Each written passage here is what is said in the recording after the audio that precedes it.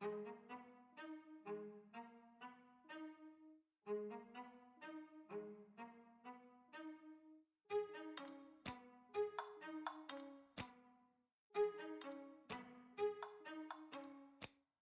ride with me if you ride with me, you can slide with me if you feel like 550 on the 5 sticky, come get high with me, that's a deal, right?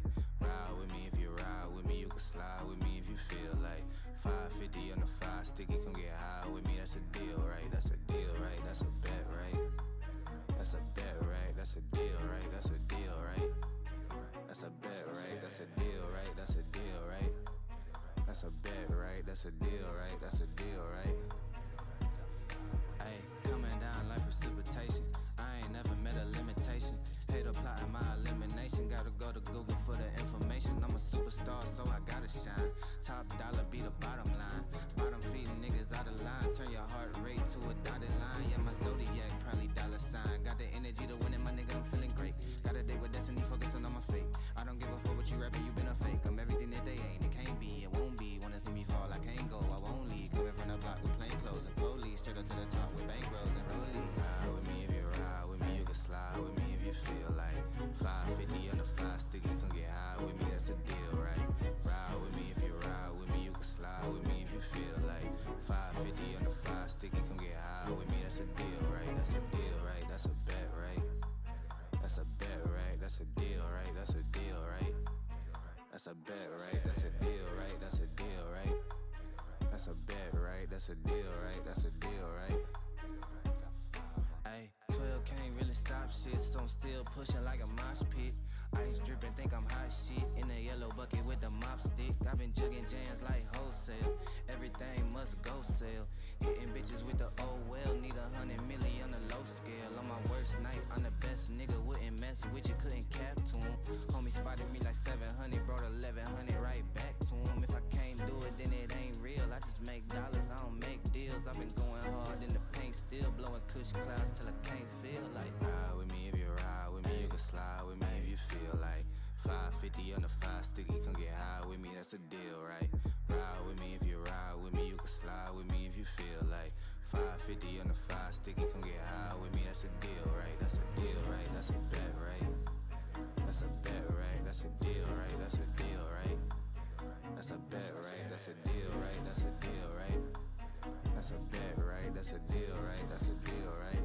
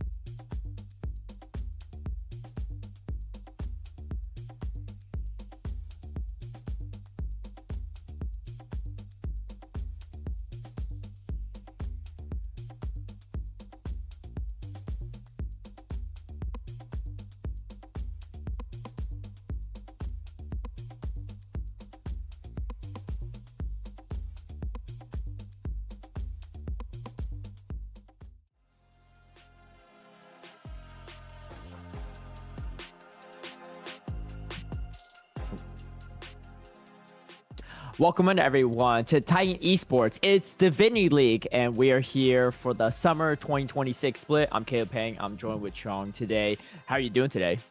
Dude, I'm doing great. I'm happy to finally be here in Titan in a official capacity and not just to fill in. But, I love Platinum. I love watching these guys play the game. Even if it's not the cleanest, it's always the most entertaining. So I'm excited for the match we got here tonight. I think this is going to be a banger. I think these teams are pretty relatively close in like overall power ratings from like a general consensus of people in the league. So I think this could go the distance, but it's also Platinum, so you can't be surprised if a team gets like 2-0'd out of nowhere just because they make one mistake.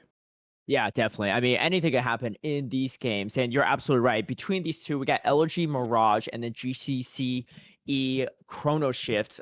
They are in the preseason power rankings 4 and 5, with Elegy being one spot slightly higher than Chrono Shift. So very excited to see how that's going to go. I don't believe LG was in the Divinity as a team last split, but Chrono Shift definitely was. But some of these names we have seen quite a bit, and so it should be a pretty good matchups. And Chrono Shift, I know they switched out, I think 3 of their members outside of Jesus Juice and Frost. So relatively newer composition roster, and I'm excited to see what they're going to bring to the table here. And for those that are joining in for the first time, this is a best of 3 week number 1 of Divinity League, and we'll go for 7 weeks in the regular season. And of course, we have playoffs. So excited to see how it goes. And all the drafts will be fearless style, as it is in all the scene these days for League. Yeah, and I mean that just really has the issue of if you don't have a strong champion pool, you can really get screwed over in a full fearless series, especially when we get to playoffs and we start getting to those best of 5s. Best of 3s, you're not really pushed to your limit unless you're getting all 5 bans thrown your way and pushed really deep down into your pool. So we'll still see a lot of these players get their comfort champions or their preference champions when their comfort is banned out. So it's really the best of 5 when I feel like fullest really becomes like this mind chess game of how you actually play draft and what you're willing to give over to get in response to power. So really interested to see these two teams go, as we're going to get into the draft here with, GCCe Chrono Shift going to be on the blue side, Elegy Mirage going to be on the red side for game number 1. My eyes for this matchup is on this jungle matchup between Hug Life and Jesus Juice. I think these are both 2 very powerful junglers, not in the consensus top 5 at the start of the season, but I think these guys can very easily crack into that top 5 pool with the strong jungle pool we do have here in Titan this season. So really excited to see how these 2 show up here on the Rift and enable the rest of their team. Definitely, and I feel like junglers these days too have a huge impact on the game. I mean, obviously they have always, but particularly right now, and decent amount of carry junglers as well too. So could offer that role instead of going for the more tank or supportive role. So we'll kind of see how that goes. We get some bans kicking out already. We got Victor, J4, and Fiora banned out from Chrono Shift, and then LG banning out the Shin Zhao and the Fury. And then one more. So you can see a lot of junglers being targeted. Oh, triple junglers targeted. Yeah. Okay, so they're trying to really limit Jesus Juice's champion pool, but Jesus Juice been around the circuit for quite some time, so definitely has some tricks up his sleeve. It looks like Chrono Shift, they're going to have that first pick, and they're going to first pick Ashe. It could be an Ashe Seraphine game, but, LG does have the option to take that Seraphine away to, break up that combo. Yeah, I mean, I feel like right now your prior 80 carries is like Ashe 1, Smolder 2, and then kind of everybody else. But like you said, the Seraphine is going to be taken away from the Ashe here. You can still see the Smolder come out here as a response for Elegy, but if they wanted to, they could also pick a more poke-style lane with going for an Ezreal or for a Caitlyn. So we'll see what they pick here. But they're actually going to pick the Misfortune, which gives Chrono Shift the option to just go for Ashe Braum in the bottom lane, which is a very strong combo, and Braum already being able to block both those ultimates. I wouldn't be surprised to pick that one up. But talking about the bans a little bit more, I do think the Fiora ban is very interesting because that is Fifi Dillam's number 1 top laner in solo queue, so they don't want to give that power over for the R3, but we're actually going to see the Bard locked in here. And now I'm going to be very critical on this Bard as a Bard main myself. So Hex has a lot of, he's got a lot to hold up to, so we'll have to see how he does on that. But Anivia picked here, and now in the professional meta, we have seen Anivia being flexed into the top lane, into the support lane, support role, and into mid lane. So I assume this is going to be for Frost. I've seen him play this Anivia before, and we're going to get No Name responding with his Orianna. So we're already getting response picks on the other sides. Junglers and top lane is being pushed down to second phase. Normally, we don't see junglers going this far, so both Jesus Juice and Hugley are going to be pushed relatively deep into their champion pool in game number 1. Yeah, I mean, starting things off already on a strong note and seeing what they can flex in this first game. Going to pan out some additional junglers. I mean, that's essentially 5 junglers panned out from Elegy. Obviously, you know, you could play Jackson on that top side too, but you can be flexing that jungle. So really cutting down. And you know what? I love it. G's just like, you know what? If you want to ban me out, I'm going to ban you out too and see what we're going to pick up in the remainder of things. You do get the final counter pick on the side of Elegy. So they're going to pick up the Sejuani. Nice and secure pickup here too. Surprised, you know, I mean, Dr. Mundo maybe not as strong in the jungle these days, but could have still synergized pretty well with that Seraphine, but opting for the Sejuani instead. And then we're going to have the Zahen, which could be in the jungle, could be in the top lane too. So this 5th pick will potentially show some of that information. But it could also be a flex top too. Ooh, okay. Again, there's some flexibility here. It's probably Udyr in the jungle, but you could play Udyr top and Zahen in the jungle instead. And I like that because you really confuse your opponents here and figure out as they try to make that final counter pick. But they're going to pick up Set as that final pickup for Elegy. Yeah, I'm not the biggest fan of the Udyr pick. I feel like Udyr is relatively weak now, and we have the Trundle available, which is normally the typical response you have into Sejuani. You can use that pillar to stop her getting in with that Q. The ultimate is very good when she does pop that aftershock and really, you know, drain away all those resistances for yourself. So I'm surprised that Jesus Juice didn't pick that one up. I assume this is going to be Udyr jungle. I can't remember the last time I've seen top lane Udyr. I feel like it was like 2 seasons ago now.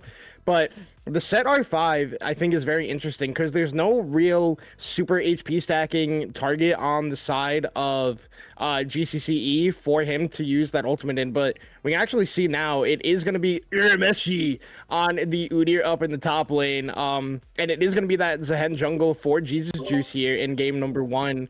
So definitely going to be interesting to see how GCCe plays this composition. They have a lot of CC. They have a lot of single target pick, while Elegy is playing for more of that team fight style with what they drafted. You have Sejuani, who is a great ball carrier. Set can also carry the ball into the back line and get a big Orianna ultimate, and then follow it up with Seraphine and Misfortune. Elegy has that wombo combo, but GCCe, if they get one pick onto either Misfortune or Orianna, it could really make the team fight difficult for the side of Elegy Mirage. Yeah, I mean, speaking of Udyr too, I mean, funny enough, I just came out of a solo queue game before this, and it was a Udyr on the top side, and it was pretty annoying for my team. But we'll see if Fifi has a way around that with that set pickup. But overall, both compositions look pretty good. I do really like that Nivea pickup. It's very, very strong right now in that mid lane, even in that support role. And I feel like there's a lot of late game potential for both teams. So we'll see how it goes. But I don't see any sizable draft composition disadvantage on either side. Both have great frontline, both have a lot of range, and some of the scaling into late game can be pretty scary. As we are into the game here, and of course we have Mitsugi as support there, but I'm just gonna make sure I double check the ADC's name because it is Bob. Bob is the it is Bob. AD Okay, yes. So Bob is going to be on that Misfortune.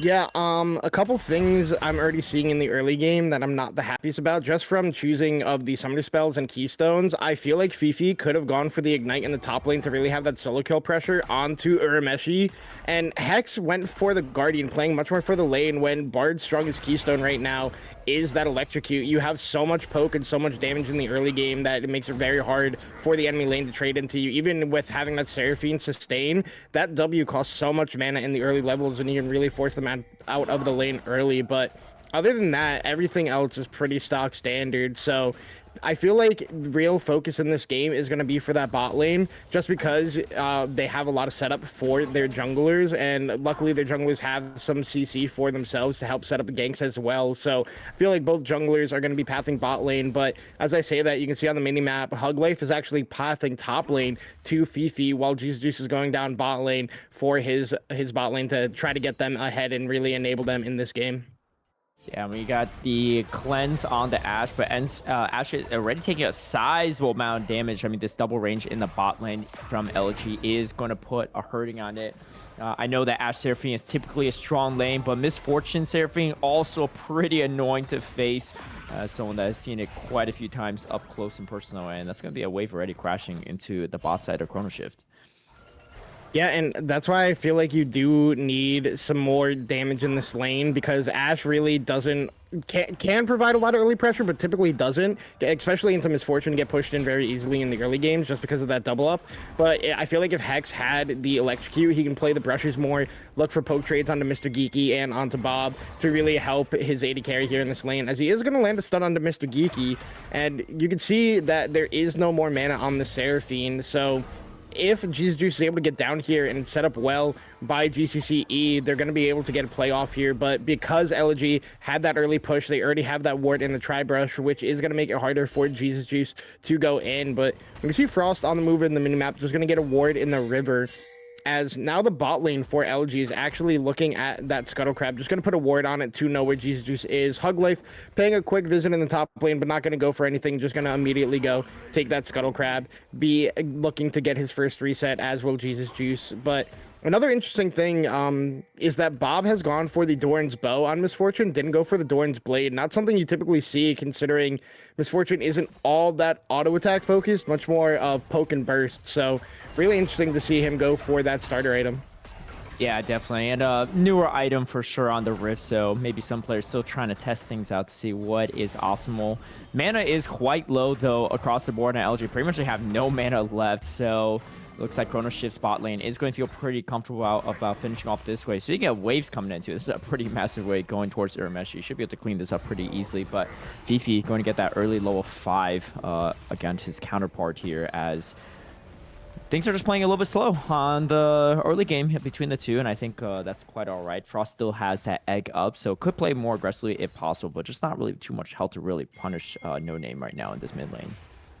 Yeah, I mean, Frost tried to go for an early play onto No Name, and I feel like not being able to get it. Hex is here in the mid lane just to really try to help Frost get that first reset off, because you can see Frost has no mana, has no HP, really needs to get that reset and TP back. And No Name was getting the better of Frost in the lane just because he got an earlier reset, TP back with that Amplifying Tome, just has a little bit more damage. But now that Frost has the double Ruby Crystal, going to be building into that Route of Ages, is going to be just okay in this lane now. Has the ability to clear the way very effectively. Not going to lose out too much in trades, as No Name is going to get another reset off after crashing it into the turret. Going to look to come back to this lane, but like you said, overall, just going to be a slow early game. Jungler's not really getting involved yet. Maybe both of them are looking for that level 6, even though I think they have the gank potential pre-6. But Hug Life is going to be looking for a play up here in the top lane. Let's see if Fifi can set it up correctly. Yeah, no level 6 quite yet, as the Sodrani is wrapping away. Urameshi going to just get out of there. No problem. The Haymaker doesn't really do much damage at all. Urameshi does take a good chunk of damage. May try to greed for this wave a bit. It's a pretty sizable amount of wave that Urameshi would have to give up. But Fifi is level 6, so we're going to keep our eye on that, as Chrono Shift recognize the jungler from LG is on the top side. They're going to get a pretty easy trade here to start things off. Yeah, I'm really surprised that Urameshi stayed for that trade onto Hug Life. Like, he was already out, and he didn't need to trade half his HP bar just to get a little bit of chip damage onto Hug Life. Just took a lot of burst there, and now is going to be in a rough spot. Like you said, Fifi has that level 6, as now Hex is going to get stunned up here, take a whole lot of damage, has to flash away from the bot lane, and that was just well played by Mr. Geeky and Bob. And now the bot lane for GCCe, even after getting the dragon, is really going to be struggling. And now you can see Urameshi, after losing that trade up in the top lane thanks to Hug Life gank, he's going to have to reset here as well. But actually cancels it and goes back in. Has the level 6, but Hug Life is still in the area. They could look for this dive onto Urameshi. Right, and Urameshi just playing in the fine lines here in this top lane, as Fifi feeling pretty comfortable. Does still have the showstopper as well if need be. Hug Life trying to gank around this, but the ward is going to spot him out, and Urameshi going to try to take this 1v1 as the set is not nearby yet. here comes GCCe as well on the Zahen, and Frost is rotating over on the Nivea. Irameshi going to be quite low, still has some shields to keep himself alive, but Showstopper is going to secure the first blood. First blood going over to Sejuani, but Fifi is about to go down shortly after. Haymaker not going to do enough damage. Hex going to be the one to pick up that kill, and now Hug Life caught in a really tough position. They take one, they take first blood, but they trade two over back to Chrono Shift. Yeah, I mean, the play ends up working out, but unfortunately, I say unfortunately, but as a Bard main, you take those, but Hex getting that kill there instead of giving it over to Jesus to accelerate the Zahen every more, but also Urameshi just over-aggressive here. You can see here that he goes in, gets stunned up by Hug Life, and then still goes back in. They know Fifi has to be roaming down because he's not on the wave, and then just gets punished for it. I mean, yes, you got both flashes, you got both ultimates there, and you end up getting both kills in the end, but Urameshi could have just walked away there, not even given over the first blood, and then the rest of his team would have been able to clean it up. So I think just a small mistake there by him and a positive play for the side of GCCe. Yeah, it gives LG a little bit something there, but unfortunately they do still lose two members in that fight. Gold essentially still even across the board. Massive CS lead though in this bot lane, particularly for that Misfortune. Probably a lot of that has to do with Hex rotating over to that top side for that backup in that team fight. But Misfortune getting ahead is not going to be a great time in the end game, so we're going to see how Chrono Shift's going to deal with her later. But so far, been a pretty cozy game here for Bob and Mr. Geeky. Yeah, and I mean, you can just see the item discrepancy in inventory. Bob has been getting all these first strike procs as well, plus having that massive CS lead. He's on Serrated Dirk Pickaxe, while you have a Cloak of Agility and Double Longsword here for Razel. So really struggling down here in the bot lane. You can already see the gold lead is almost 1,000, but it's only 600 right now. So it's not the worst thing, but because of that roam by Hex, you know, it's really punishing. We can see on the screen here that Bob did use Flash as Messi gets a really good trade onto Fifi. Bob did use Flash because the Enchanted Crystal Arrow did come out in the bot lane, and Jesus was there for the gank. So luckily, you get that Summoner. You have Bard level 6. You can look for another play onto Bob before he has that Flash timer back up. Definitely. And you can see as these top laners are skirmishing too, it's starting to get a little bit tough for Fifi as well, as you have so much sustain on this Udyr. Meanwhile, Set just has to play around all those cooldowns, doesn't have nearly as much auto damage and skirmishing power. So we're going to see kind of how this lane drags out in the later game, as No Name going to slow the back of Frost for the cost of one turret shot, which I think is quite valuable still. As here we go, Fifi and Hug Life trying to take out Urameshi yet again on this Udyr, but Udyr just walks it off no problem. And is able to get out, and this is going to be a harder lane, I think, for Hug Life to gank. And Urameshi just feeling good about it, as just going to try to scale as much as possible on this Udyr into the late game. Yeah, and you can see that Hug Life did use that Glacial Prison, trying to hit it at max range onto Urameshi, and it's just not going to be successful. And now they're going to lose prio over these grubs because Urameshi still has full HP in lane. You got the TP off from Frost, your mid lane is resetting, so that's just going to be the first two neutral objectives over to the side of GCCe. You can see that Mr. Geeky has come up into the mid lane, but Hug Life's in base. He's kind of just there for no reason, but you can't really blame him. The wave is in an awkward spot in bot lane where you can't really make a play. It's pretty much dead even, and why not just try to give the solo XP over to Bob, who already has a pretty big advantage down here, already on that first item of the game, picking up that collector, and still has a 20 CS lead, and now finds Hex in the jungle, just trying to zone him away. No Name is roaming over, but nothing going to come out of that one. We'll have to see how both sides want to play the second dragon when it does spawn now, because you have Jesus on the top side and you have everybody for LG on the bot side except for Fifi. So could be their dragon if they want to look for it, but I feel like they have to start it sooner rather than later if they want to get it. Yeah, TP down for both top laners, so it probably will at most be a 4v4 if they go for this contest. It's something I'm noticing as right now, looking at these compositions, is, you know, LG has a lot of burst damage, a lot of combo power, but if they don't land that burst damage or layer it well, then they're really lacking a lot of that consistent auto damage, right? Even Misfortune not maybe the best ADC for that kind of situation. Once that bolt time and shockwaves out of the picture, a lot of the times they're just going to be playing around with cooldowns. So they have a lot of combo potential, but meanwhile, if you look at the side of Chrono Shift, they have a lot of auto damage, right? Zehen, Udyr, Ashe, they could just shred you, and the constant damage from Anivia is going to be pretty immense. So I'm really looking forward to seeing this first team fight between these two teams to see how they execute on this. But I think if you execute well, LG can have a huge advantage. But if you miss some of your skills, don't layer properly, then that's just going to be game over and be favorable for Chrono Shift. Yeah, and like I was saying when we saw these drafts come out, like if the side of GCCe can use that Ashe ult or the Bard ult to get one key member on the side of LG, whether it is Bob, even Mr. Geeky, or No Name before a fight does break out, and then able to 100-0 them, it makes the LG team comp so much harder to actually team fight, because you kind of just a press R composition, which isn't a bad thing in Platinum, but if one person missteps before a neutral objective and gets punished for it, it's going to be massive. And now speaking of getting punished, Jesus is able to escape Mr. Geeky there. The rest of his team is behind him. All right, Grim Deliverance comes through, and Mr. Geeky going to pull out a little bit as the beat drop is going to land and stun things up. As the Crystal Enchanted Arrow does land onto the Sejuani, a huge encore is going to charge up 3 members, but there's just not enough damage. 4 members strong in the Raptors side of LG's jungle, and they're going to get another pick off here.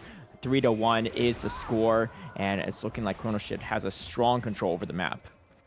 Yeah, and we literally saw what I just talked about, how much CC and pick potential is on the side of GCCe. Like, Hug Life, I think, stood still for about 4 seconds in there, just pulled back, stunned by everything. The Enchanted Crystal Arrow lands from across map, so you CC'd for even longer, and it could have been a good play, but it started off with Jesus Juice dodging the beat drop, which made it extremely massive, because then they're able to turn it around with the Grim Deliverance and keep it coming out. It's Frost gets the solo bolo in the mid lane with the Electrocute proc as well. We'll get a replay of that one. Yeah, we will. So let's see how this happens.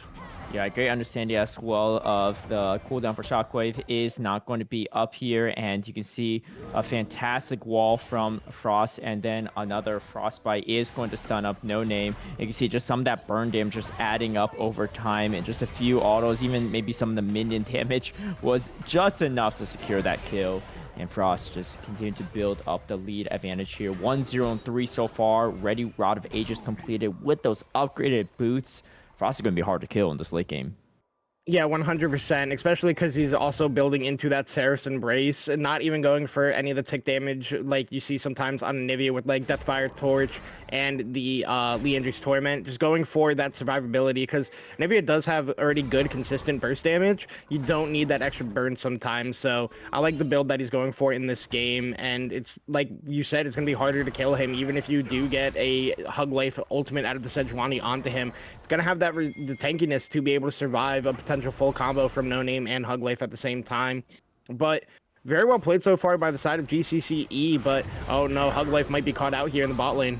Yeah, Hug Life not having a great time in this one, as the Dreaded Return does land, and so does the Enchanted Crystal Arrow, but here comes a massive encore. Temper Fate is going to stun up Bob for now, and Jesus Juice is going to take a good chunk of damage.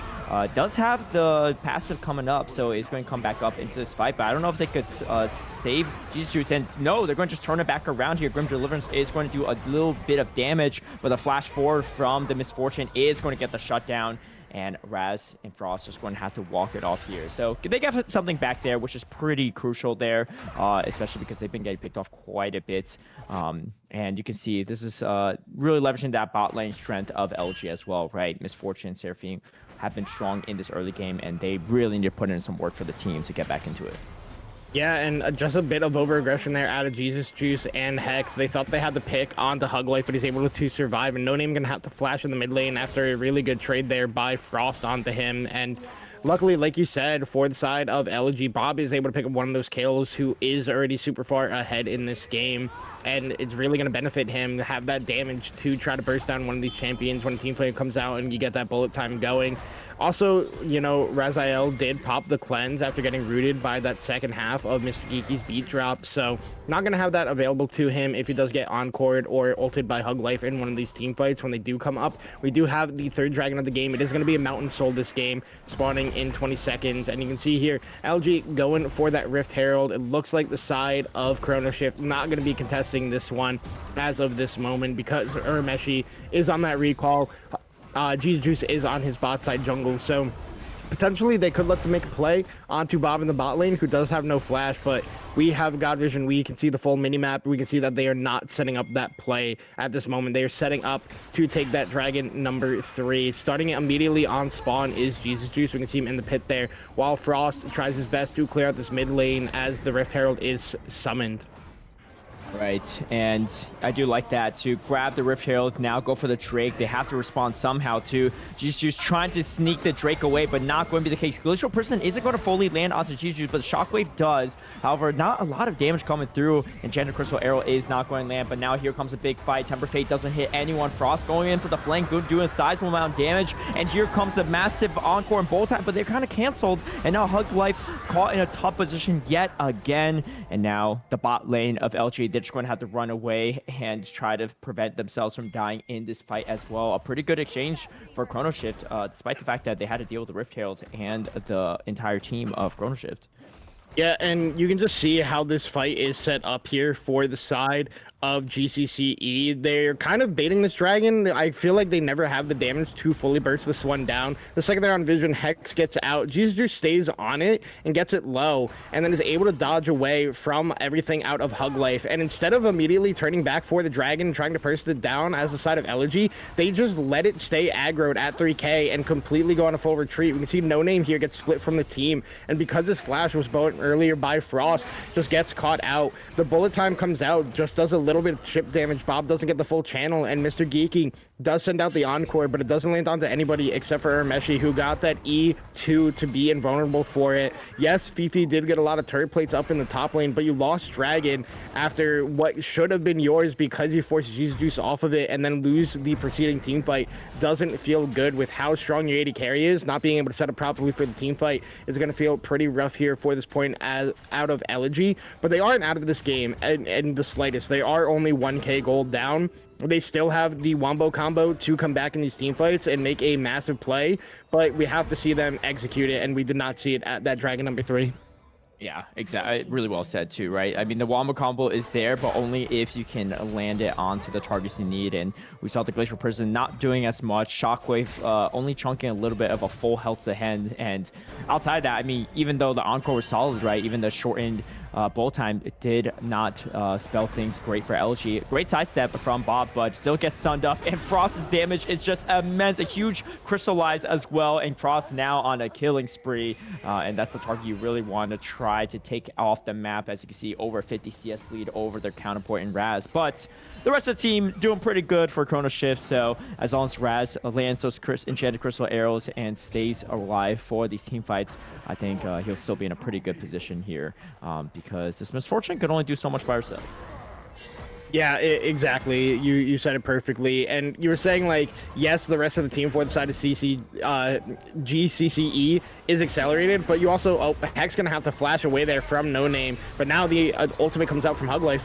Oh, and that's a big Glacial Person as well, as the Encore connects onto 2. Enchanted Crystal Arrow is going to push them back for the time being, and you can see they're just short on damage. They did land everything. Oh, wait, hold on. Frost actually flashes forward as well. Very aggressive position to take out No Name. I think No Name does, in fact, go down. Love the confident plays from Frost, as Frost almost playing like he's an engaged champion here with how he's playing this Anivia, and GCC's looking for some more because they know a lot of their cooldowns are down, their ultimates are down, and it looks like Mr. Geeky is just going to have to back off for now. They don't really have the damage to take them out, but they are going to cut this wave down quite a bit and maybe even to grab up a turret on top of it. So another fantastic fight going over the side of Chrono Shift, but looking at this top side too, things are still looking good for Chrono Shift as Fifi just doesn't have a very easy way of taking out this Udyr. Yeah, and I mean, that was just very well played by the side of GCCe once again. They kind of bait Elegy into burning everything extremely early like we saw in the Dragon fight, and then just kite it out. Yes, the Enchanted Crystal Arrow doesn't hit, but Frost, knowing that No Name still didn't have flash on that timer, immediately flashes in, is able to get the kill, and then the rest of the team is able to run down Mr. Geeky and force summoners at him, and are able to just keep controlling the pace of the game, keep controlling the map as they see fit. And it's really been centered around Frost on this Anivia. Has full kill participation, is really setting up a lot of these plays for the team. And you know, I said it earlier in the general chat for this division that Frost is a very good mid laner. He's one of the GOATs. I always love watching this guy play. Same with Jesus Juice, and this is exactly why you can feel that they can just take over a game and kind of make the whole entire map be focused around them and the plays that they are making. And we're seeing that be perfectly in effect right now for the side of Chrono Shift.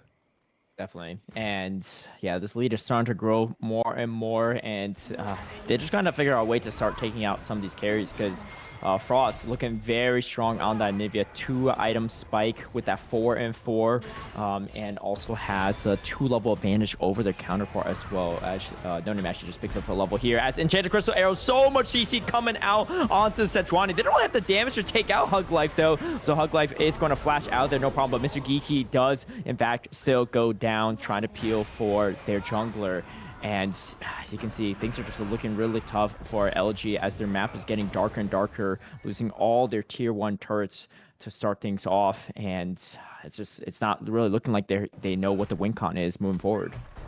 Yeah, and you can also see that No Name did get hard hit by that Tempered Fate out of Hex, and then immediately, as this flashes off of cooldown, goes back on to CD, and now we can see Frost has potential for a solo kill again if it does come to that, as the Soul Point Dragon is picked up here for the side of Chrono Shift. Hug Life trying to clear away this ward. Jesus Juice does not get over the wall, luckily for Hug Life, but he is going to lose out on his Gromp here.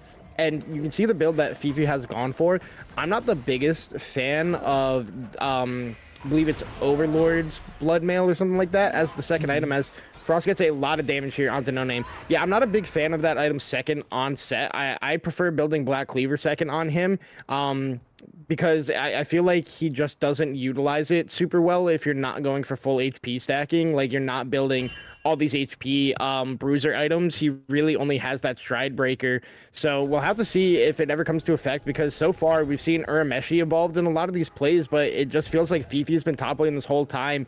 And even with that, the wave gets shoved in before Urameshi even goes for these roams, so that top turret is still standing. So I want to see Fifi get involved in these fights and use what the power of set is now both sides a little bit caught out here on the wrong side of the map. Oh, Enchanted Crystal does land, but the Temper Fate actually saves the Seraphine for a little bit now.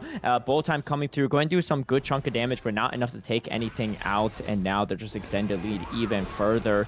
And here comes a fantastic Crystallize. They have to watch out for the showstopper from Fifi. Fifi does have the Haymaker as well to do some sizable damage, but doesn't land onto any targets really, forcing the flash out from the set as well. Everything going to the way of Chrono Shift so far, as Baron is up and it might be in their sights as they have the damage to take it out. Let's see if they're going to pull the trigger on this or not. They're going to clear out some of this vision for now, and it looks like, yeah, they're going to start this up, and why not here, right? It's really hard to contest from their side, and some cooldowns are already down from the side of Elegy, and they just have nothing they can do about this.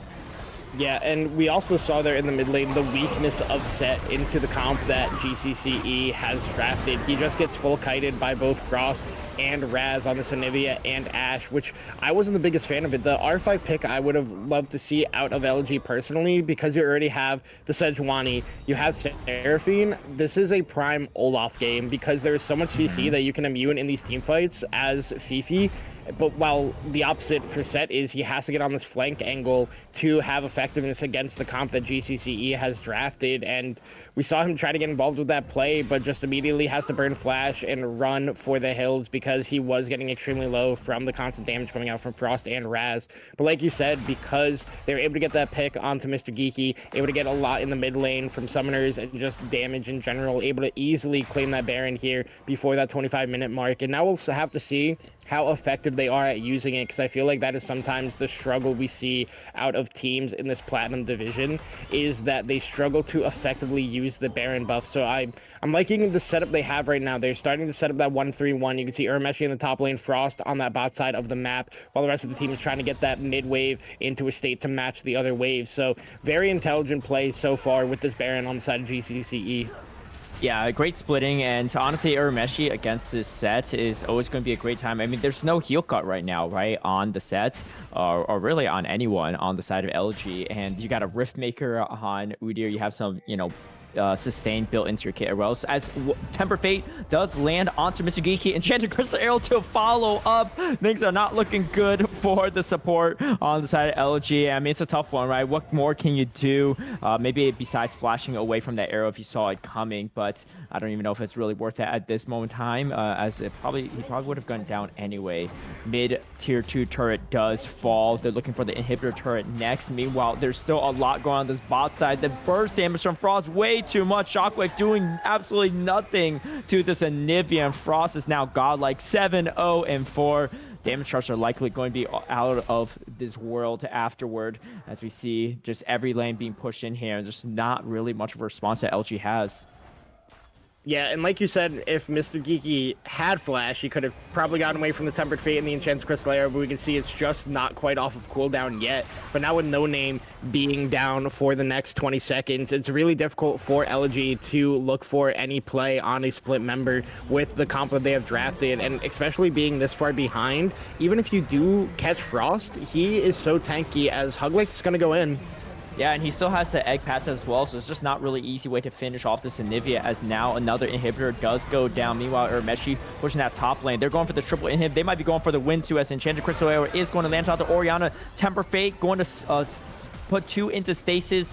Unfortunately, costing binding afterward is not able to bind anyone. However, these Nexus turrets are going down. Only one remaining. Urameshi here to join the fight as well. They're looking to end it right here, right now. Bull time just used to clear up a few minutes in the wait, but just not enough damage. And Chrono looking to try to finish off this game as soon as possible, but the encore is massive, and they finally shut down Urameshi. Fifi is quite low, and they're trying to finish him off, but here comes the Showstopper. Oh, actually goes down before the Showstopper finishes. Grim Deliverance is here to close the distance. As Bob goes down, that's going to be most of their damage out of the picture. Jesus Juice is quite low, but the Dread Return does pull things back a bit as he's coming back up, and a few more hits will do it. GCCe Street Chrono Shift is going to be taking that first game over Elegy 14-4 in a dominant Game 1 victory. Yeah, and I mean, it was just very well played from the early levels by GCCe. Yes, you did go down in the bot lane in a lot of CS as the Ashe and Bard lane, but Hex got on the map. He was roaming around. He was enabling a lot of these plays, and then Frost and Jesus Juice kind of just took over this game. Urameshi kind of struggled a little bit in the top lane, but once he got that first item through, he just had the wave clear where Fifi on the set couldn't really do anything in response. As we can see the damage graph here, it is Frost by a landslide, like in the damage chart. And it feels bad if you're Bob and Mr. Geeky after the massive lead that you had in the bot lane, that no team fight was set up cleanly on your side, and it just felt like you were responding to all these when you kind of need to be the first ones to set up, because if you don't get the setup early into an Anivia Ashe Bard, you kind of don't really get to walk into the team fight whatsoever, and we just never really got to see them do that. So I'm hoping they're able to draft a similar style, just execute a little bit better as the side of Elegy. But I mean, GCCe really showed that they know how to execute this draft. Yeah, definitely. And, you know, Ashe, even though maybe has a slight CS discrepancy over their counterpart, I think Rat still played really well, right? Recognize that, you know what, I'm just going to have to farm under turret. Maybe I won't get as much, but didn't die at all, right? Was still involved in some of these fights, had some crucial Enchanted Crystal Arrows, and knew that with Hex roaming, they were going to get advantages elsewhere on the map. And that's exactly what happened. Well, that's game number 1 between GCCe, Chrono Shift, and LG Mirage. But we have another game coming up, and maybe a third game as well, as this is the best of 3. We're going to take a quick break, but we'll be right back for game 2.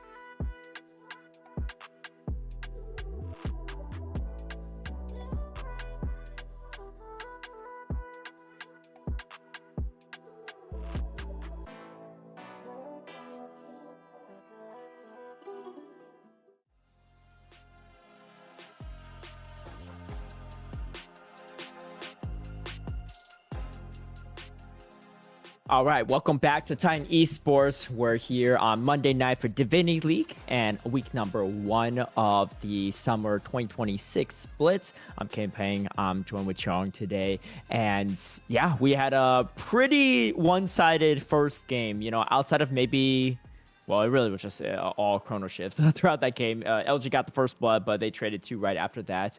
So they're going to have to dig deep to force a game number 3 here. What are your thoughts after that one? I mean, like I said during the post game, it just felt like Elegy never correctly set up their composition for these team fights, and especially into what Chrono Shift had drafted. If you weren't set up beforehand, you really have no way to get in to contest for these neutral objectives, which just made it even more difficult. And a big thing that I feel like they didn't execute well was ultimate cooldown inventory. They just were kind of popping ultimates before anything else was really set up. Like, they're just not grouped up correctly and popping ultimates left and right, and it just never was synced up. When they had a wombo combo team comp, and if you're able to set it up correctly, doesn't matter if, you know, the enemy team is like 5k gold ahead. If you get the wombo combo and you get the right people, you can still win the team fight. And it just felt like LG was never on that same page in the first game, while it felt like, you know, everybody on the side of GCCe were like, this is how we're going to win the game. This is like our PowerPoints right now. This is what we're going to play around. And it just worked out perfectly for them. So the one thing I really want to see out of Elegy this game is just, you know, have the decisive game plan and know where your PowerPoints are, and then learn, like, play around them correctly. Because if we're going to see another game like that, it's just going to be another rough one for the side of Elegy. But they have good players. They just need to have that cohesive synergy as a team for this game too. That's right. And I really like your call out too about how they probably could have drafted maybe like an Olaf as their 5th pick, right?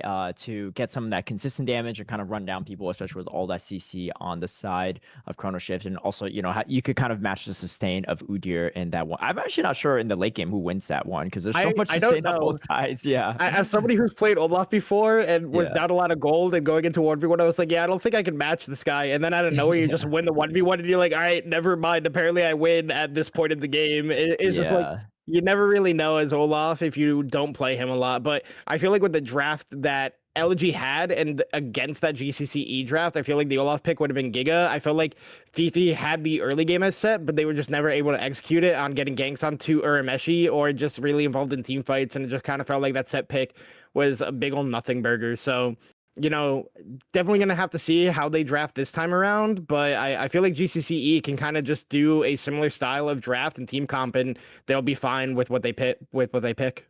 Yeah, definitely. And, you know, this is also Divinity League. So for those that don't know, it is Emerald 4 in solo queue or below in terms of rank purposes. So a lot of these players, as someone that's also falls in that category myself, you know, may opt for more comfort picks rather than what might be better for the composition or meta, just because you might not have as many reps with it. So sometimes you might see like, oh, like, why didn't they pick this, right? And that could explain a lot. And honestly, a comfort pick can go a lot further than maybe something that maybe looks better on paper if it's like your first or second time running that champion. So we'll see how LG makes the adjustments going into the second game, but this is definitely a necessary winning game for them to have a chance to go to that crucial game number 3. But yeah, Chrono Shift looking like they're really firing on all cylinders there.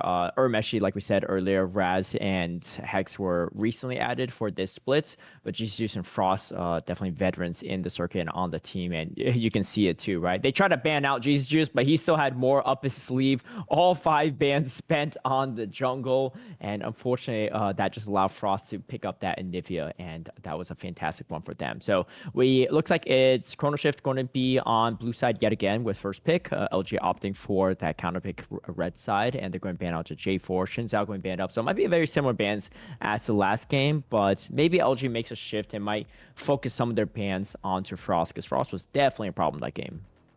I feel like the first 6 bans are going to stay relatively the same. I feel like we're going to see the Xinzao, Wukong, Nefiri potentially out of here for the side of Elegy. I can't remember the third ban that GCCe had in game number 1, but the J4 and the Fiora were both there. I don't remember. It was Victor. I got word it was Victor as the third ban. I could see them still doing that. No Name is a very good Victor player, and they're going to stick to it. But now the question is, does Elegy let the Nefiri through and have the potential counter pick in a Poppy or something like this? Or are they just going to say, we don't want to deal with this, we're just going to ban it out? They're actually going to ban the Braum here. So Nefiri is up for the side of GCCe. They could look to first pick it here, but then you potentially give over Smolder to the side of Elegy. But you could also think as Chrono Shift, it's like, if Nefiri is ahead enough, it doesn't matter if they have a smolder, but they're actually going to go with the Mbessa first pick here. Not something I expected. Flexible between the jungle and top lane. There are weird case scenarios where I've seen the Mbessa mid lane, but like I've only seen like one player ever do it, and he is not in this game. But Yeah. the Vi that was banned away in that second phase of game number 1 is going to be picked up here in response for Hug Life in that jungle. This is not going to go top lane. Fifi is not the bouse, but Nautilus, easy support, the easiest support in the game to play for sure. You know what he does. It's a feast or famine style of support. If you are landing these hooks and your team is ahead, you're gonna have a great KDA. If your team is behind and you're landing these hooks, you're gonna go 0-10 and you're gonna look at an awful stat line. But Frost is gonna pick up another Freljord champion that has slows and CC, gonna pick up that Lissandra here in the mid lane, as Raz gonna go with the Xayah here. So kind of a similar style comp here so far for the side of GCCe, with a little bit more hyper carry potential for their AD carry this time. Yeah, I love the flex potential of that Mbessa as well. And, they can still pick up Nefiri if they really want to. But Nefiri into, more health heavy or tankier champions wouldn't operate nearly as well. So I can see why GC Juice might want to hold off on that too, as they ban out the Rakan. Good to ban that out too. Unless that's the support Lissandra, which is unlikely but not impossible. They know that is always a combo that they have to respect, so I like that they banned that out. And right now there's they don't really know what to focus too much on, because that could be a Malphite jungle, it could be a Malphite top, because you don't know where this Invest is going. Putting all your eggs into only jungler basket is maybe not ideal. So LG playing this draft a little bit blind here, but they do have a solid composition themselves, likely going to that Varus bottom. But I don't know, there's some players that love that Varus top, and it is good in that early game, but in the late game tends to maybe fall off compared to some other top laners.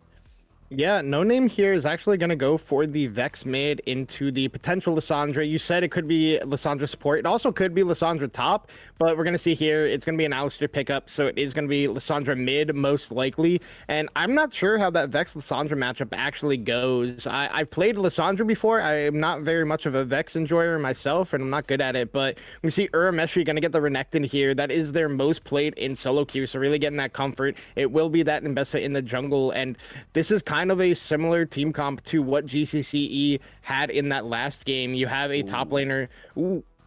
Gragas pick is interesting because Phase Rush isn't in the game anymore, which Gragas loved to enjoy. I don't think you're going to see Storm Raiders, Surge Raiders, something like that.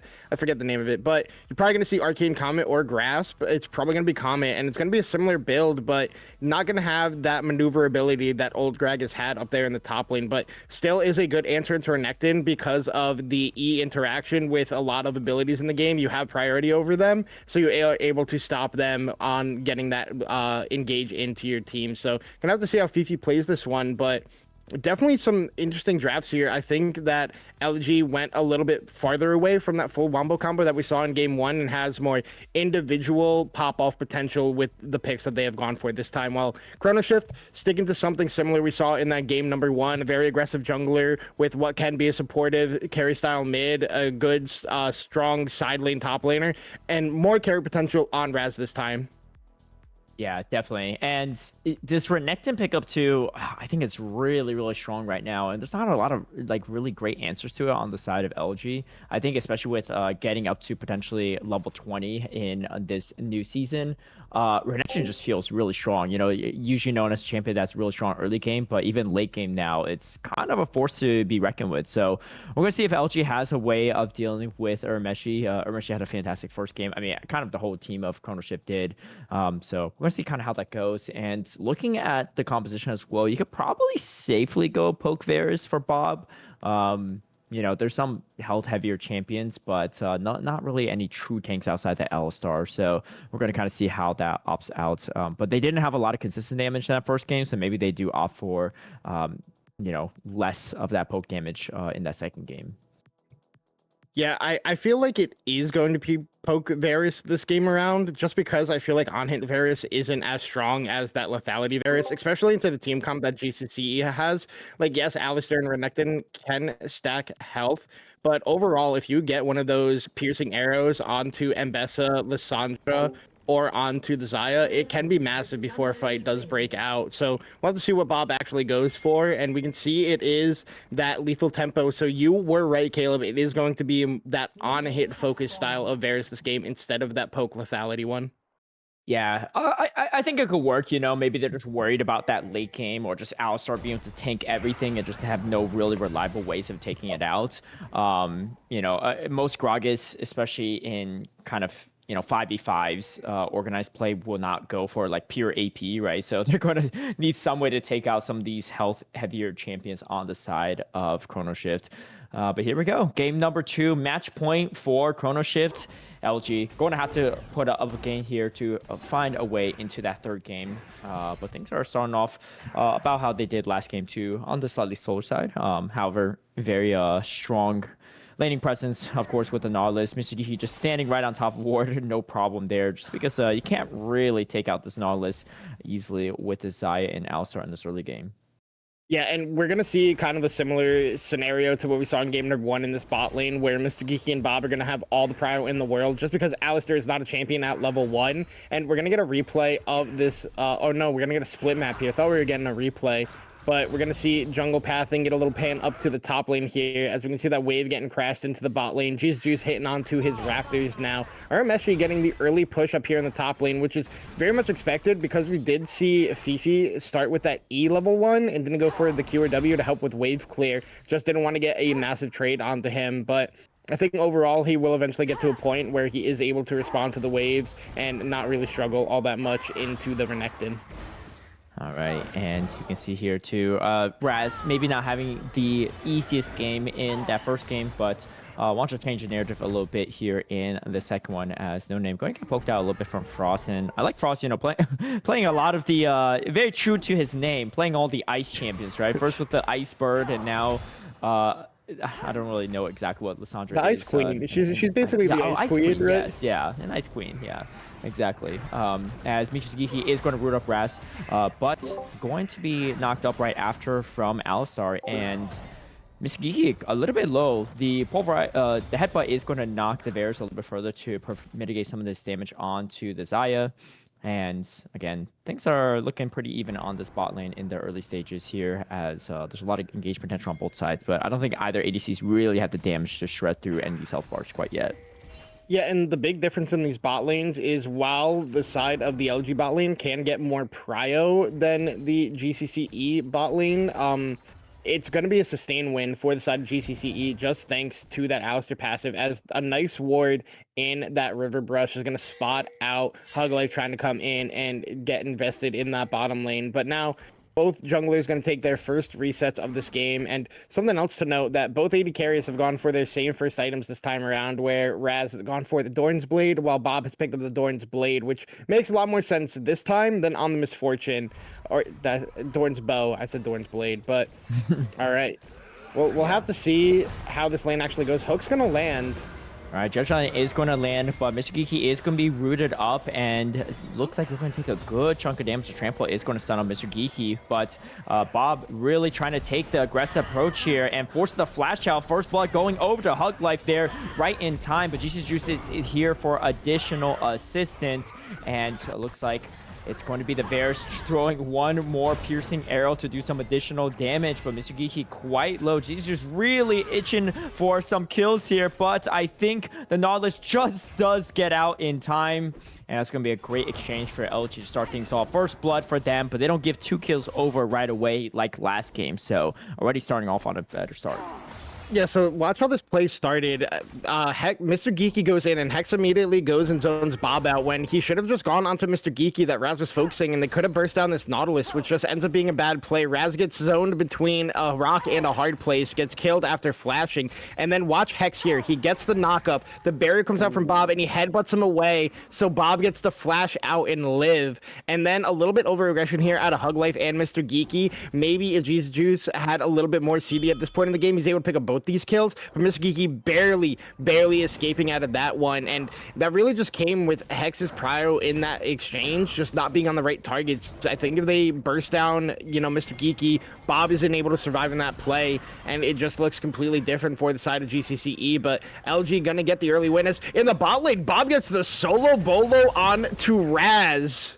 Ooh, that is tough too. I mean, we know Bob has the carry potential and really wants to show that off in the second game for sure. 1-0-1 already on the Bears with a CS lead on top of it. You're going to get some extra XP. Let's see how that really played out, as both ADCs have full health bars here. And there's no Chains of Corruption available, but maybe just the auto damage just a little too much here. Really great kiting from this. Oh, and just missing the Blade Caller is huge for Bob, avoiding that CC and just autoing down the Xayah. Yeah, I mean, Bob spaced that one out really well, especially being in the right space for that Blade Caller, as Mr. Geeky gonna get headbutted back into safety, and then Hex just gonna do it. But Frost takes a lot of damage there from No Name in that exchange, so interesting play there in the mid lane. But now Bob is kind of in a similar spot to where he was in game number 1. We're going to have to see if he's able to carry this game in game number 2 this time around on the Varus in comparison to the Misfortune. But it seems like all of Elegy is off to a better start so far in game number 2. They're going to be the ones to pick up the first dragon this time in comparison to that first one. So definitely going to have to keep our eyes on it. I think Hex wants to be more active on the map on this Alistar, similar to how he was on the Bard, but it's actually coming at a larger cost this game in comparison to that first one, because Raz is now 0-2, where he didn't die in that first game. So definitely going to have to see how the game plan changes for GCCe this time around. Yeah, look at some additional skirmish here on this bot lane as well, but I think they're okay for time being. I will say Raz still pretty even on CS though, unlike that first game, so that's still pretty good, right? Yeah, so you don't have a kill and assist to your name, but the goal differential is not that big, and if you can pick up a shutdown later, it could be good. As you can see, the Headbutt Pulverize not really comboing them as much, as Hex kind of just tossing back and forth between two different champions, and Mr. Geeky gets out with 1 HP, or very low HP, I should say, yet again. This Nautilus living on a nice edge, but so far it's going to be more in Mr. Geeky's favor so far, and you know, unfortunately another gank that didn't go towards the way of Chrono Shift. Yeah, I mean, the coins are coming up heads so far for the side of Elegy. Mr. Geeky barely lives down in that bot lane once again, and Hex almost falls down there to Bob, putting out a lot of damage so far in this early game. But I like the plays that GCCe is coming. It kind of feels like eventually one of these plays will be successful and the dominoes will start to fall your way. So I like that they're looking for these aggressive plays. They're looking for these plays on the map. I feel like they need to continue doing this, because they have so much CC once again to be able to enable plays like this. And if they're able to start getting it all to land correctly, it's going to look very different, as Mr. Geeky going to get headbutted away here by Hex, but Hex has no backup. Luckily, that dredge line does not connect. We can see if the side of Chrono Shift does want to contest this. The pings are coming out, and it looks like they are moving in to contest these grubs going over here in game number 2. Yeah, level 5 on the two supports, but they do have the numbers as Frost and Urameshi going to try to collapse on this. So I think they want to try to contest this, as it's going to be a 4v4 fight. ADC's missing on both sides here. And here we go. It's going to be a lot of damage coming through, but multiple members getting rooted up here. And GCCe is going to be picking up the first kill and entirely nearly wipes the team of Elegy. Just 4 members just instantly go down right off the bats. And that's a lot of damage coming through from the top laner of Chrono Shift. Let's take a look at a quick replay of how this all went down. But between that and the Bessa, they just have so much damage, and Frost in there as well too. As you can see, positioning doesn't look too bad here, but there's just so much just damage watch Frost.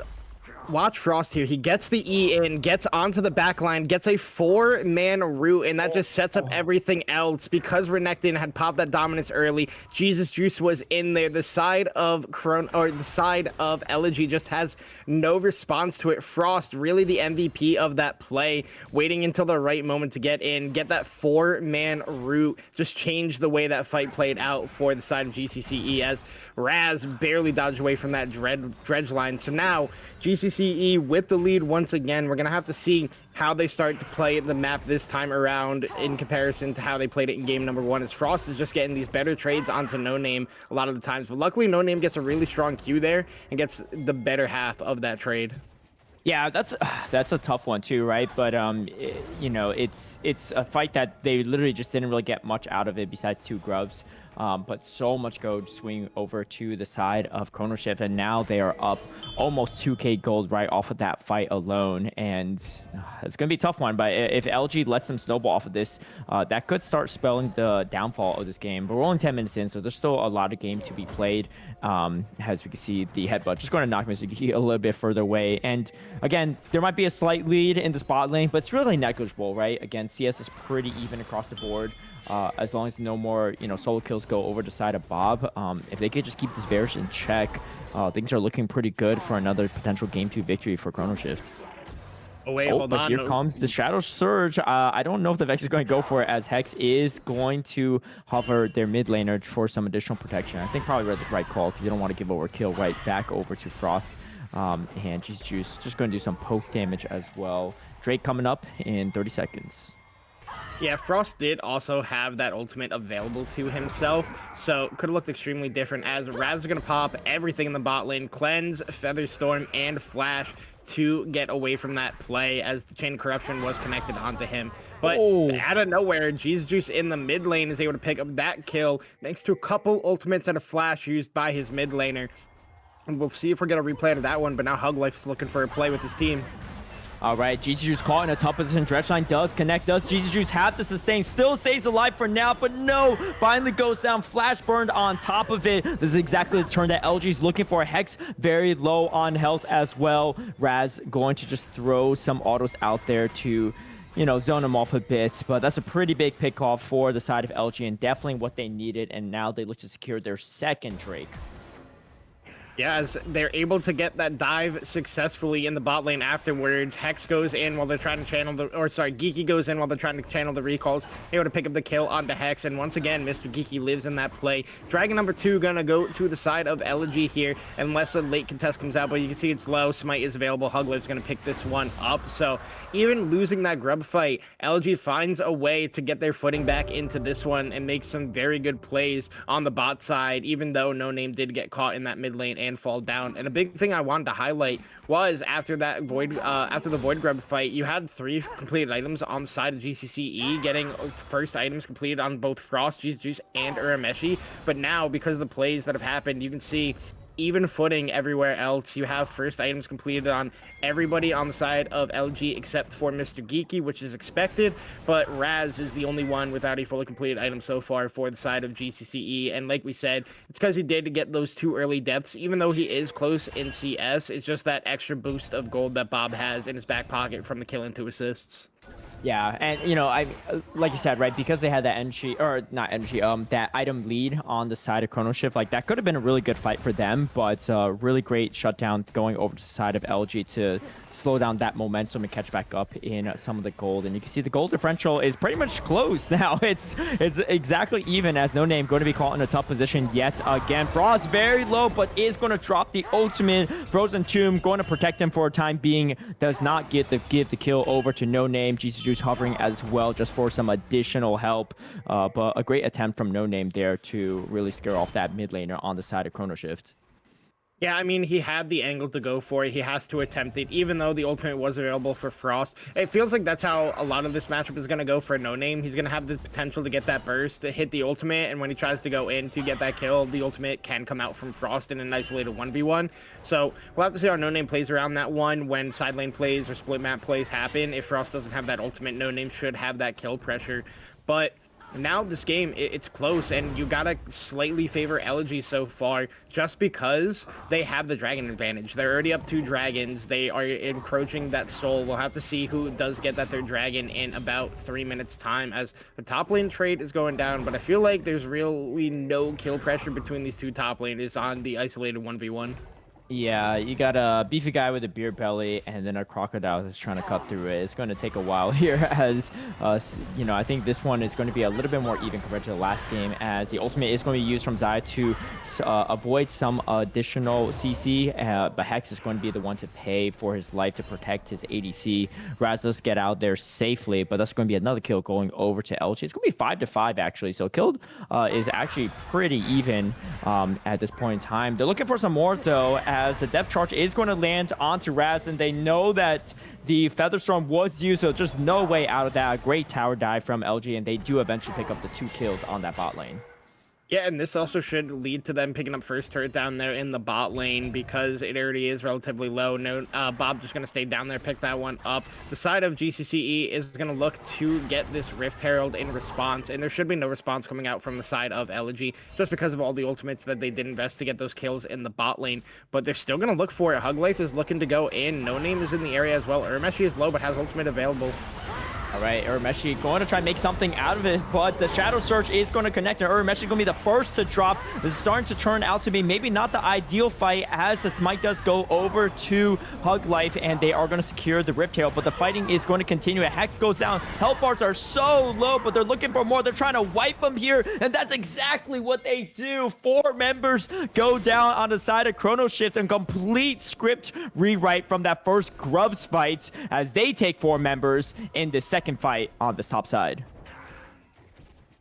Yeah, I mean, they come in contesting late. They have no Vi ultimate for that play, and I misspoke. Urmeshi did not have ultimate available in that fight. We can see in the replay here that it is on CD, so you can see that it does get low. Hug Life for No Name just walk in, no contest out of Frost just yet, and then he gets in on the backside, doesn't land the CC, but No Name gets that big burst onto Urameshi, and Jesus Juice does get the ultimate, but it only lands onto Geeky, and then the rest of the team, they're able to smite the Rift Herald. Fifi comes down, gets a lot of CC and some good burst damage out of here on the Gragas, and then just the small bits of pokes coming out from No Name and Fifi with those Qs. They're just able to chase down the rest of the side of GCCe. They pick up the first turret in bot lane as well in that meantime. So a big influx of gold to the side of LG. With the Rift Herald in hand, they can look to crack open this map even more, set themselves up cleanly for this Soul Point Dragon, and firmly put themselves in the driver's seat for game number 2. Yeah, I think Hex might be aiming for game number 3 himself. I've seen some pretty questionable headbutts here, as I think he headbutted this Vex's safety as well away from the Mbessa. Probably some slight misclicks of going for the headbutt pulverize, but maybe not comboing just quite perfectly there, or maybe just trying to buy some space for the team. But yeah, just be on the lookout for some of those headbutts from the Alistar, as the Drake is going to be coming up here, and Chrono Shift definitely need to contest this, as they don't want to give over Soul Point to the side of LG, and they have great positioning, so I don't think LG is going to try to contest this and give over some of the shutdowns. They have shutdowns on 3 members so far. Instead, they're going to look for this mid turret. They might just get it, as Riftfield is here, but actually Urmesh is going to clear up this wave, so not going to be happening on this wave at least. But things are looking good though for LG, and it's going to be the biggest lead they've had so far in this series. Yeah, I mean, Chrono Shift played that Dragon play extremely well. They got early mid-prio thanks to Raz clearing away the wave with Jesus Juice as they TP'd Urameshi in on Hex. So they're able to have the 5-man. They clear mid-wave so the Rift Herald can't come out and kill the turret while they take the Dragon. They take the Dragon. They don't lose mid-lane turret. They don't lose top-lane turret because Urameshi gets back up there as soon as they know the Dragon's secured for them. So very well played there by the side of GCCe. Very intelligent play on the map, even if they are behind in gold. Just very smart setup to stop the Dragon stacking and, you know, find the avenues back into this game slowly but surely. We can see in the mini-map, or sorry, on the sides here, No Name did use that flash in the bot lane as ult comes out from Fifi. Yep, that's how you disengage that play. But No Name had to use the flash in the bot lane in the isolated 1v1 against Frost to not fall down there. And Frost, you know, is having another good game here on Lysandra. Even with LG being ahead, he has the potential. We saw it at the Grub fight to be a factor in turning around these team fights. You got to kind of just question Hex's headbutt so far. All right, Dredgeline is going to land, but Alistar is not going to be easy to take down, and is going to have to pop the Unbreakable Will just to make sure that he stays alive. Does have that Zeke conversion pickup as well onto Alistar, so it's just a little added tankiness. Here comes a public execution though, going to lock down Hug Life, and Hug Life actually going to get out of there for a little bit, still stays alive. The Thunder Sky is going to keep him alive for now, but finally the shutdown does go over to Frost, but Frost going to drop shortly after, but the Storm is going to be used to root up the Vex, but Mr. Geeky does land a great dredge line to hold the Xayah in place for a little bit. Does get out to safety for now, and I think overall the fight was still fairly even, losing 2 members on the side of Chrono Shift, but they do get the shutdown on the Vi. They are going to lose this middle turret though, and this Varus is starting to look a little bit scary. 2.5 items now completed for Bob, and we know Bob has the carry potential, and the late game on hit Varus is definitely no joke with how much these autos were going to do. Yeah, and that was another questionable play there out of Hex. He gets caught, and then the second the ultimate comes out from Hug Life, I believe it was on to him, he headbutts over the wall away from his team, kind of gives almost an opportunity for Hug Life to escape. Luckily, Frost follows it up. They're able to get the kill on there, but it comes at the cost of Frost's life, Hex life, and the mid lane tier 1. But now they're going to get some gold back here. They are also going to take the... LG is going to take the top lane tier 1, as now GCCe takes a lot of damage, and yeah, that is a lot of burst coming out from No Name on this Vex here in this game. So No Name putting out some damage here with only 1 completed item, is almost at that Shadow Flame as well. Also has the upgraded tier 3 Magic Pen boots, so looking for a play on Frost down the bot lane as well. Yeah, Frost getting chunked out quite a bit, and there's going to be Hug Life on the Vi. There's nowhere to go, and Hug Life going to be the one to pick up that kill. Great assist from No Name, and things are starting to really turn the page here for LG as they're extending their lead further and further. I mean, if anyone doubted the preseason rankings here, putting LG 1 spot ahead of Chrono Shift, LG has something to say about that in this second game, and they're looking like they're trying to lock in this third game for sure. But we'll see, as there's still some more game to be played. But as we take a quick look here, the map is so dark. As you see, Frost had just no idea that this was coming. Yeah, and you can see he sees No Name and goes into the bush. It still has no idea Hug Life was there until the final moment. He tries to set up the E to go away, but you can see he throws it off the map, so has no actual avenue to escape, and then just easily able to pick him up. He did use his ultimate in the mid lane in the previous play, so it was on CD in that current scenario, so he had no way to try to like sustain himself and get some backup. So another very well played by Elegy, but you highlighted it wonderfully there, Caleb, is how dark the map is for GCCe, and that's just because it feels like Hex is getting chunked out anytime we see him on the map, so that just makes it even harder for you to get this vision set up. And Mr. Geeky is doing a good job with the support of his team to be setting up a very solid vision line for them, so they're able to make these side lane plays, make these more aggressive plays. As I say that, we're seeing the teams start to contest over some vision here, as it is for this 4th dragon that is spawning in 10 seconds. So we'll have to see how these teams want to play this one out. Fifi immediately TPing, while Urameshi just walks to be with his team and has TP available to himself to go respond back to the top lane after the play. As Hex gets caught. All right, Dredgeline is going to connect onto Alistar, but not really a easy target to take down, as Hug Life goes down to Urameshi, and that's going to be a lot of CC gone. Hex is going to be the one to follow, as Fifi's going to pick up that kill, but here comes the Shadow Surge to close the gap a bit, as Urameshi is still quite low, but the Dredgeline connects onto GCCe as well. Frost doing a ton of damage for the team. You can see Raz just trying to auto everyone down. Might just be able to do it. The health bars are so low, and the shutdown goes over the Raz onto the Varus. Do they try to continue this fight? All 3 members are so low at this moment in time. If you land a Dredgeline, it could be over. Featherstorm is on cooldown, so Raz going to play smarter and going to get out of there. Does pick up only 1 kill, but that is a crucial kill to pick up. And this is actually going to stop the Drake from being taken here, as this is so point for the side of LG, and now giving everyone some time to reset. As you can see, Hug Life just sprinting over for this Drake, knowing that there's a few seconds advantage here over GCCe.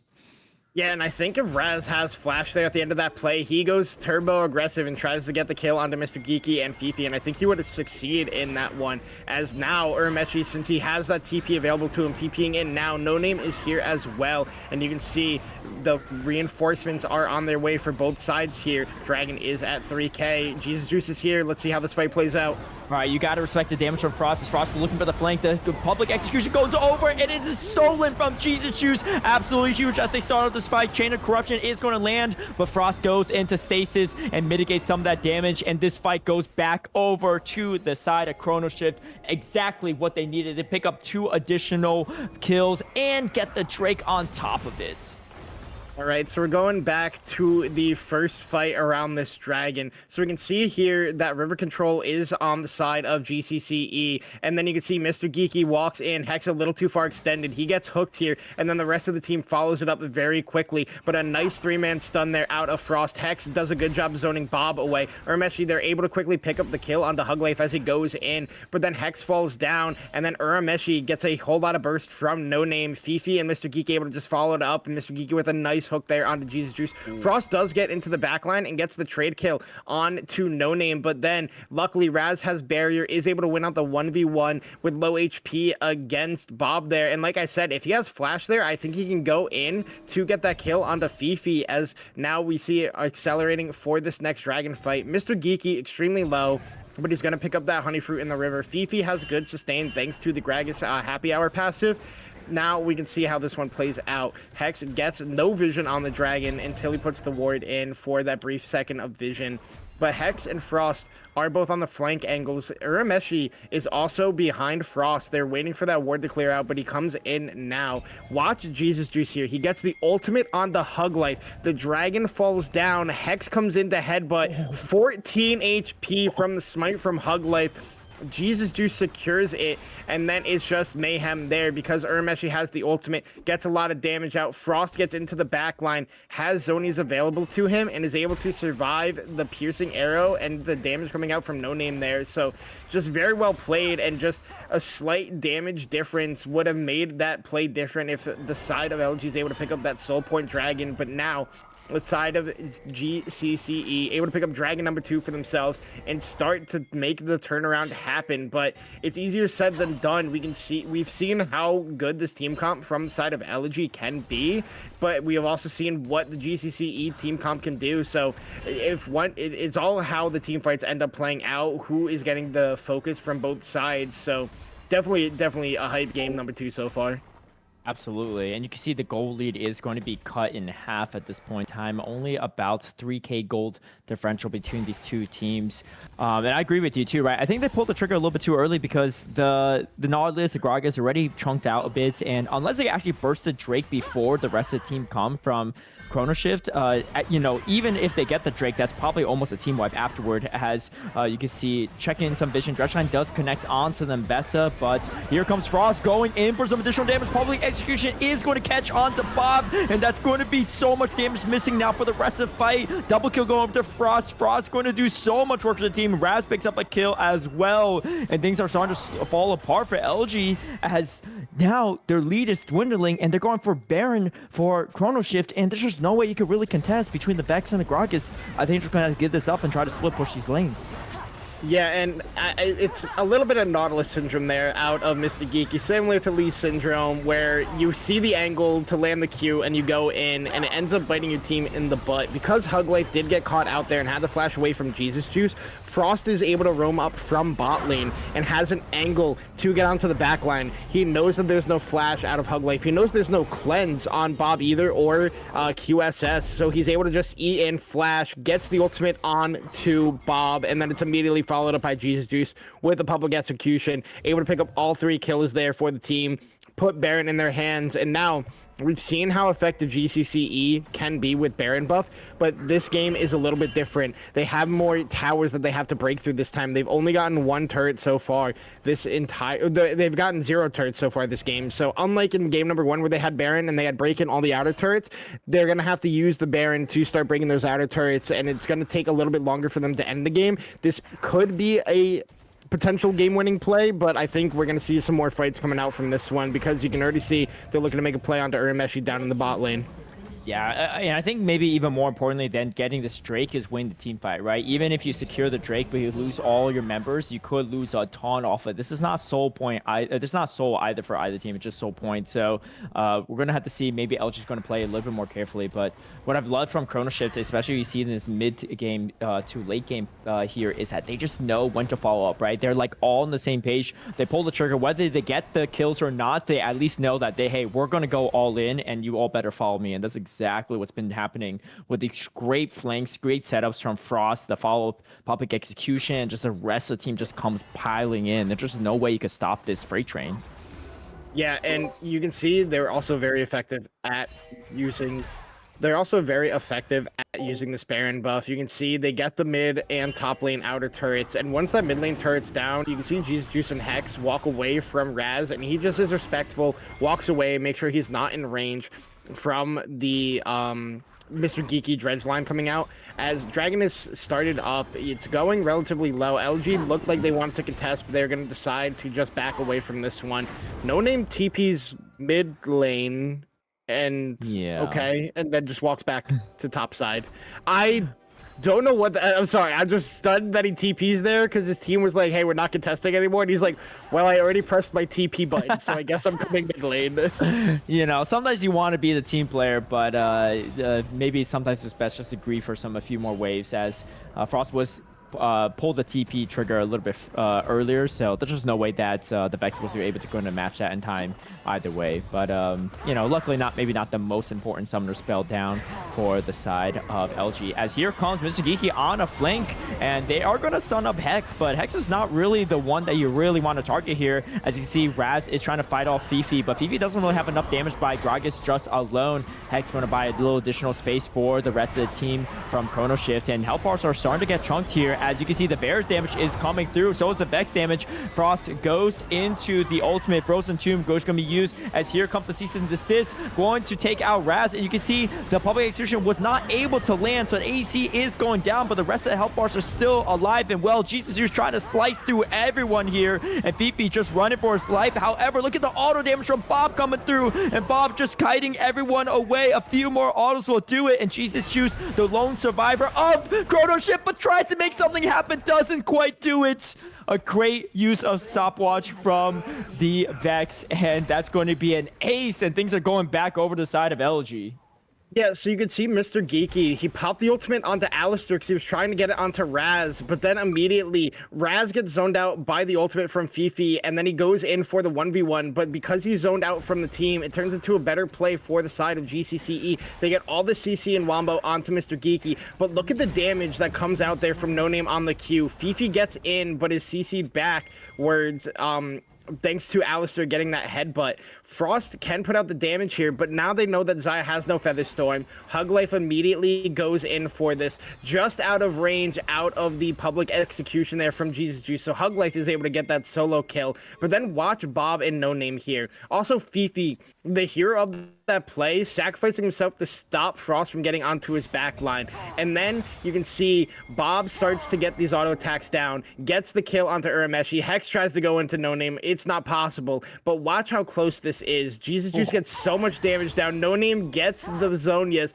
and even then, he almost had the kill onto Bob there, but Bob still has barrier, so he probably would have lived that one. But an extremely close fight at the end of the day. Could have gone either way, but now Hex could be caught once again, has to flash and pop ultimate, and now that is pretty massive, with Baron gonna be spawning in the next minute. Yeah, Hug Life looking to try to secure up Frost, but Frost is still able to get out okay. Oh, flashes away, but here comes the cease and desist through the wall. However, Hug Life caught in a tough position. Hug Life going to be the first to drop here, but look at the damage from Bob. Just perfect kiting, and the public execution lands onto the back end there, though Jesus Juice trying to take out the ADC, but not going to be able to do it, as looks like Bob picks up an arm guard in the process, so avoid some of that damage. Urameshi not even in that fight. That's going to be 4 members going down. They don't have their jungler, but that's quite all right, as Baron is going to pop in 30 seconds. More importantly, that's going to be Chemtech Soul spawning soon for the side of Chrono Shift, so they're really looking to try to secure this up. They're going to really need to, as the gold lead is starting to grow back over to the side of LG. And, you know, the main point, the strategy I feel like for them is keep the ADC alive, because Bob is just pumping out the damage. As long as he stays healthy, as long as he stays around, it's going to be good. But his Zonius is going to be on cooldown likely for that next fight. So it's the Vex actually on top of it. Yeah, but regardless of that, that Zonius purchase is so intelligent out of Bob, because the only way you really lose a team fight at this point as Elegy is if he gets caught by the Lissandra ultimate and the public execution. And the easiest way to stop that is you make yourself invulnerable, and you hope the rest of your team can burst out Frost or force him to use ultimate before you come out of it. And then you basically have free reign in the team fight. So, a very smart defensive purchase out of him, but also, Varus has good AP scaling, so it's not useless to build these AP AP items on him either. We saw a meta where mid AP Varus was viable, and so I think it's a very, very intelligent purchase out of him. We have the Soul Dragon for the side of GCCe spawning in the next 17 seconds here, but both teams are all here. This potentially could be the last fight of the game, because if you get a full wipe here, you're able to pick up the Baron for yourself and able to get so much control in this game. We'll have to see how this played out. GCCe going for that mid lane control, but the side of Elegy, Hug Life looking to start this dragon immediately. Yeah, and they have the shred potential to do it, and they're going to start working on it ASAP. But here comes the flanks. Here comes the members of the side of Chrono Shift. They're looking for something here. They know that their main target is going to be Bob. Bob's going to hang out in the backside as long as possible, as Frost is going to have to drop the Frozen Tomb right away. But the damage from Frost, from Bob is just way too much here. As you can see, they're trying to do something. Wait, they might be able to just lock him down. Goes into stasis, but he can't survive much longer. And a huge team fight going back over to Chrono Shift. They're going to secure Chemtech Soul on top of it. They don't lose a single member in this fight. That was actually insane. They get themselves the soul, they get the full ace, and now they're gonna look to take this mid lane out of turret and then potentially fall back to this Baron buff, but it looks like they're not giving up on this push just yet. They are relatively low. All the ultimates were invested. Frost is back up now. These timers aren't as long as you expect at this point in the game. We'll have to see if they're going to force the end or if they're going to back off and let LG breathe just a little bit longer. And it looks like they're going to turn their attention to the Baron. Yeah, I don't think they want to throw this right on the Nexus, and I think that's going to be the right call. They still have a little bit of time to work with here. But depending on how long it takes them to take this Baron, they might not be able to take it in time. Let's see. As you can see, the team of LG trying to run over here. Messi trying to buy a little space for a team as we're going to push out this top lane here. And I think this might just be potential bait. However, Hex is pretty low on health. And here comes the Shadow Surge going through. Here comes the Vex. And people are going to be feared up. And there's going to be the Xayah going down right off the bat. Here comes Bob dishing out the damage onto the Varus, just pumping it away, forcing the flash out from Meshi. And now they're on the run. Maybe they should have been recalling and healing back up instead of going for this Baron.